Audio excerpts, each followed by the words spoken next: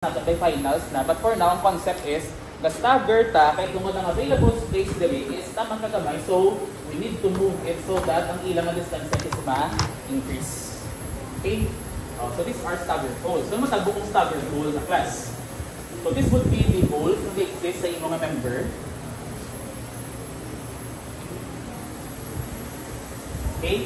So, ang imong failure path, mag-i-state siya, pwede siya mag-amuna. And like, kung tukong ang mga holes nimo, ang imong failure path is linya lang yun. So, may possibility na kung mag-net rupture siya or mabugto sa amo ning imo nga failure path. Okay? And we will call this as distance S naton or the distance na parallel to the direction ng load naton. Okay? Kaduwa, okay, ang distance na perpendicular, we will call that as our distance G. So, kindly open again your code. Section 504.3.2, net area natin. Okay? We will talk about gauge space nila. So, sa liwat si S is the longitudinal center of spacing or pitch. So, S natin is the pitch. Okay, so this is a distance nga parallel sa load natin. Okay, and ang G natin is the gauge. This is a distance nga perpendicular to the direction sa aton nga load application. So, naman ito delay. This would be our failure plane. Okay, ang pagsuma nato sa aton nga net area. Di ba net area nato is equal to the width nga net times thickness, which is wala pa siya na-apply, di ba? May aton inobra is inobra naton ang gross area minus ang area sa hole. So for this type of problem, we will use net width times thickness. So that will become the gross area minus some nominal hole multiplied by the effective hole diameter natin. Pero ano yung ginambal? For a chain of holes extending across a part in any diagonal or zigzag line, the net width of the part shall be obtained by deducting the gross width, meaning this is our gross width. Okay? Dayon, with the sum of the diameters or slot dimension as provided, meaning kung anong maigo mo nga holes or number of holes sa mga failure path, so that is the number of holes multiplied by the effective hole diameter, then ano grabe mo ano? Ma-add ka sa sum of all holes in the chain and adding for each gauge space as S squared over 4G. Okay, what? Ang imo ko nga net width is equal to the gross width nimo minus ang number of holes multiplied by the effective hole diameter along the failure path. Pero, ma-add ka kuno sa gauge space nga S squared over 4G for every zigzag niya nga ma-add. Between these two,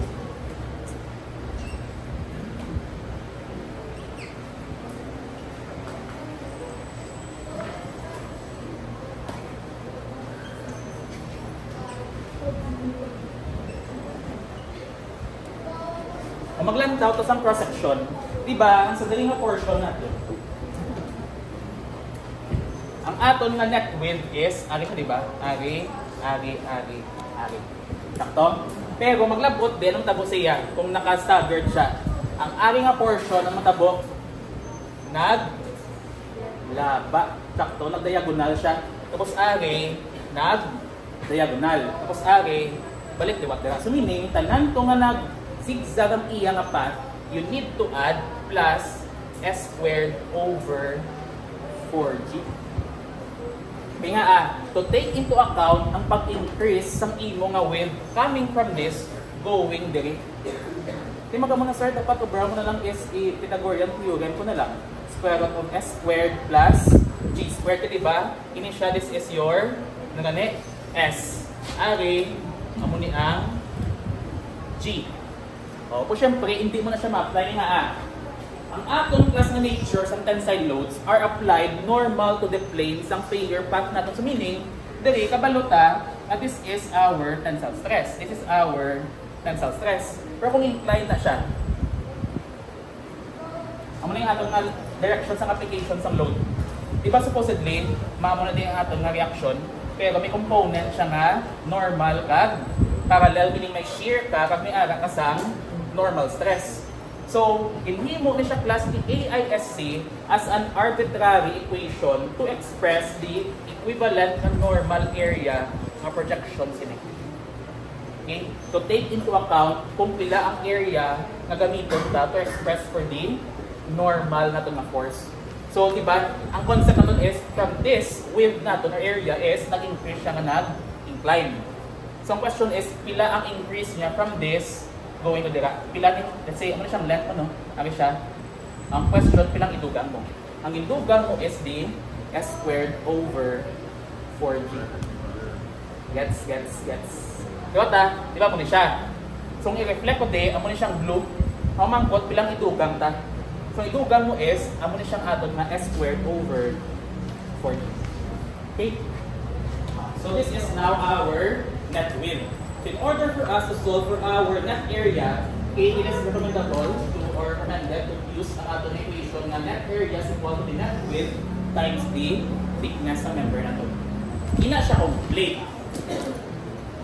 Okay? Before proceed sa next scenario, any question there? So meaning, kada may makita ka ng zigzag, ma-add ka S squared over 4G. Malaki na. So meaning, ato may equation will become equation of S squared over 4G. Meaning, kung kaduwa ka, meaning S squared over 4G sini plus S squared over 4G. Kada nag-cross yung zigzag. Ina siya complete. What if? Okay, kadali na tanong kung kasama ito lagi. Okay, so usually, this would be our failure path. A, B, C, D, E. Pati kung angle na. O paano na? Make sure ito niya. So this is your length 1, length 2, H1, H1 pa ito da. Tapos ang imo H2, H3, same lang imo nga pitch. O, paano magsuma sa aton nga net width? While the break na reflect that time. Nagpagting na. I mean, pagdating na prayer.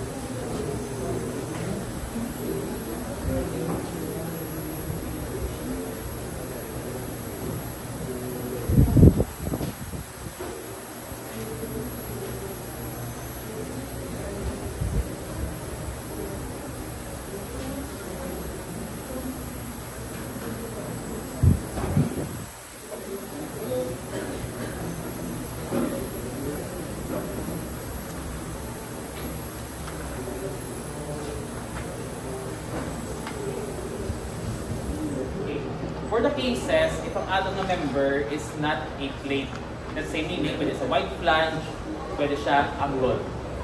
So brown ta, para masapo sa pagsuma sa itong na net width, buka doon ta. Fill on tang ato na member. Okay? So this is our failure path ng A, B, C, D, E, F. Okay, this is our S1. And this is our G1. Di ba si G1 is ali siya measured dahil yung pilot ta, para makita na siya dahil ang atong na value sa G1. Okay? Then this is our G2 and ang ato nga G3. Tapos, this is our S1. Same lang sila. So, this will be our L1 and L2 measured out to out. Sakto?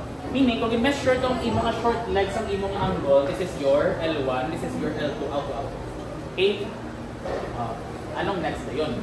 Ang question is, paano ito sumahon ng aton nga net width? Basta ka staggered holes sa net width na una malabay. Okay? So that would become, okay, this is our gross width, ang L1 plus L2, diba? This is our gross width. Then, i-minus ta, okay, pila ang diameter sang hole na exist sa atong failure path. So basically, we have 1, 2, 3, 4 multiplied by the effective hole diameter naton. Kag, i-add naton ang gauge length naton for every staggered niya nga path. Okay? Meaning, simplifying this,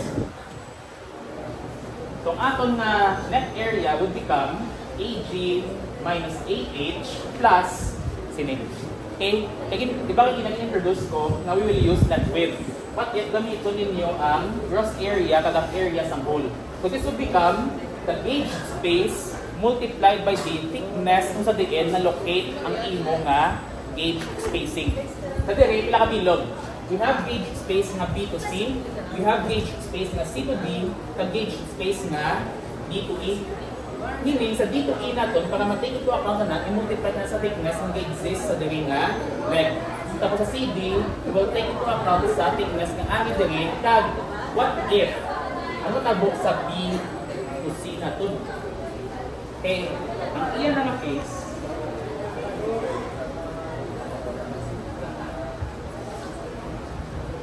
okay, so the gauge space factor for path BC, so that will become, meaning this is the S squared over 4D for BC, so that is, di ba BC din? Ari dali, bakad to dira. So that will become S1 squared over 4 G1 minus T. O nga nag-minus tas ang thickness. Kaya muna siya ang visualization natin. Di ba this is our angle? Ano ginubrata? Di ba this is our L1? This is our L2. Takto? So brown ta is, pundon ta ni. Kasi na.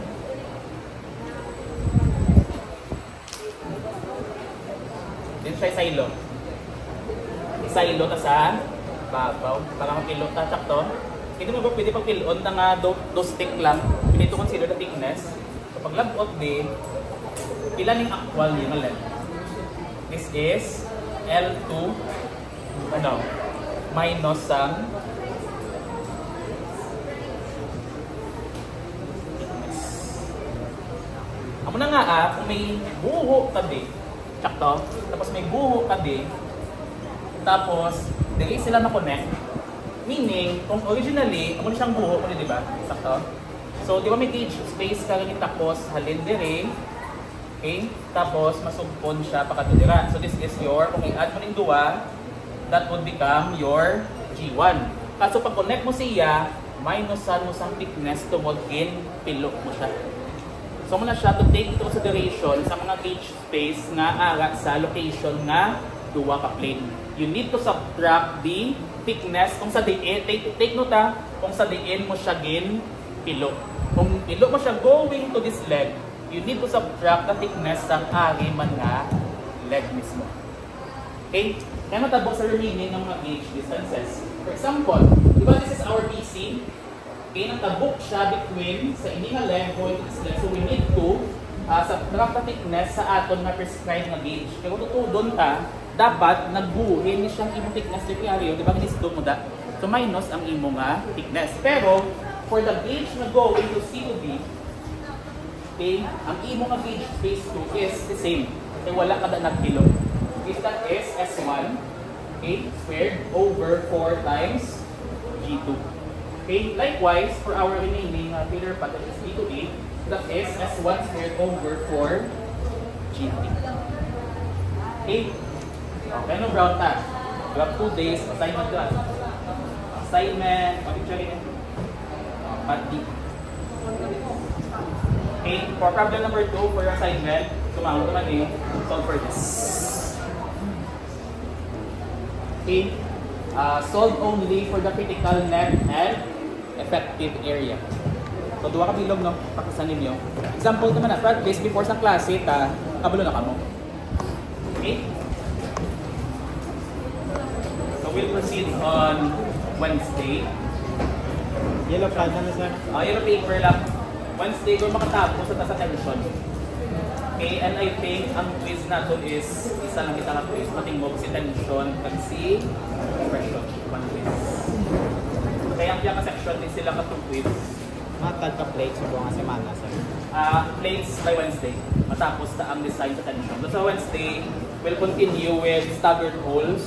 Tapos after that, we'll proceed with design in tension. Tapos maka-compression na tayo yun by Thursday.